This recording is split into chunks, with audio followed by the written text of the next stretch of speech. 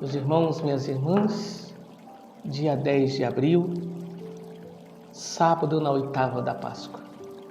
Primeira leitura, ouvimos Atos 4, 13 a 21. Os chefes dos sacerdotes, os anciãos e os escribas ficaram admirados ao ver a segurança com que Pedro e João falavam, pois eram pessoas simples e sem instrução. Reconheciam que eles tinham estado com Jesus. No entanto, viam de pé junto a eles o homem que tinha sido curado. Então, estes homens estavam com Jesus. Este homem foi curado em nome de Jesus. Então, o Sinédrio se reúne e pergunta: o que vamos fazer com esses homens? A fim de que a coisa não se espalhe ainda mais entre o povo. Então, a decisão qual foi? Vamos ameaçá-los para que não falem mais a ninguém a respeito do nome de Jesus. Qual é a resposta de Pedro e João? Julgai vós mesmos, se é justo diante de Deus que obedeçamos a vós e não a Deus. Quanto a nós, não nos podemos calar sobre o que vimos e ouvimos. Quando nós fazemos a experiência do ressuscitado, minha gente, a gente não se pode, a gente não pode ficar calado. Mesmo que desagrade, mesmo que vá contra a corrente.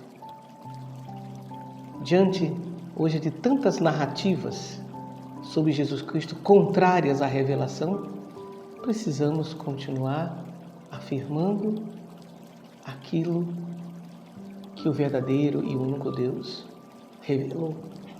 Ele venceu a morte. Ele veio para que todos tenham vida e abundância. É a vitória do amor sobre o ódio. É a vitória da vida sobre a morte. É a nossa salvação. No Evangelho de hoje, escutamos finalzinho do Evangelho de Marcos, quase como uma síntese da ressurreição. Marcos 16, 9 a 15. Depois de ressuscitar na madrugada do primeiro dia, após o sábado, Jesus primeiro apareceu a Maria Madalena. Ela foi anunciar aos seguidores e eles não quiseram acreditar. Em seguida, Jesus apareceu a dois deles, com outra aparência, enquanto estavam indo para o campo. Talvez sejam os discípulos de Emaús. Também a esses não deram crédito. Jesus apareceu aos 11 discípulos quando estavam comendo e repreendeu-os por causa da falta de fé e pela dureza do coração, porque não tinham acreditado. Esse é sempre um fato, a ressurreição e a fé. Como é difícil acreditarmos na vida. É mais fácil acreditarmos na morte, porque a morte é concreta. Quem estava ao pé da cruz viu o crucificado. A ressurreição precisa ter o olhar da fé, precisa ter a percepção da intimidade com Deus para perceber as sutilezas de Deus.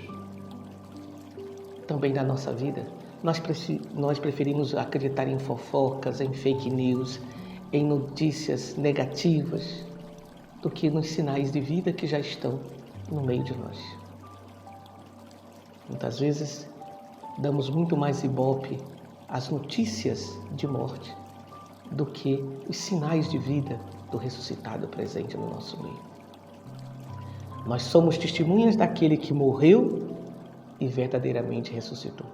Por isso, num tempo desse de pandemia, não se pode negar as mortes, mas temos que enxergar nessa realidade tão dolorosa de tantas mortes e de tantas pessoas contaminadas, os sinais de ressurreição e o caminho por onde está nos conduzindo o ressuscitado para uma vida melhor. Por isso, digamos, Sacratíssimo Coração de Jesus, eu confio em vós. Nossa Senhora do Sagrado Coração, esperança dos desesperados, rogai por nós. São José, exemplo e padroeiro dos amigos do coração de Jesus, rogai por nós. E nesta oitava da Páscoa, desça sobre todos vós a bênção do Deus da vida, Ele que é Pai, Filho e Espírito Santo. Amém. Permaneçamos em paz e que a alegria do ressuscitado seja a nossa força. Aleluia, aleluia. Graças a Deus, aleluia, Aleluia.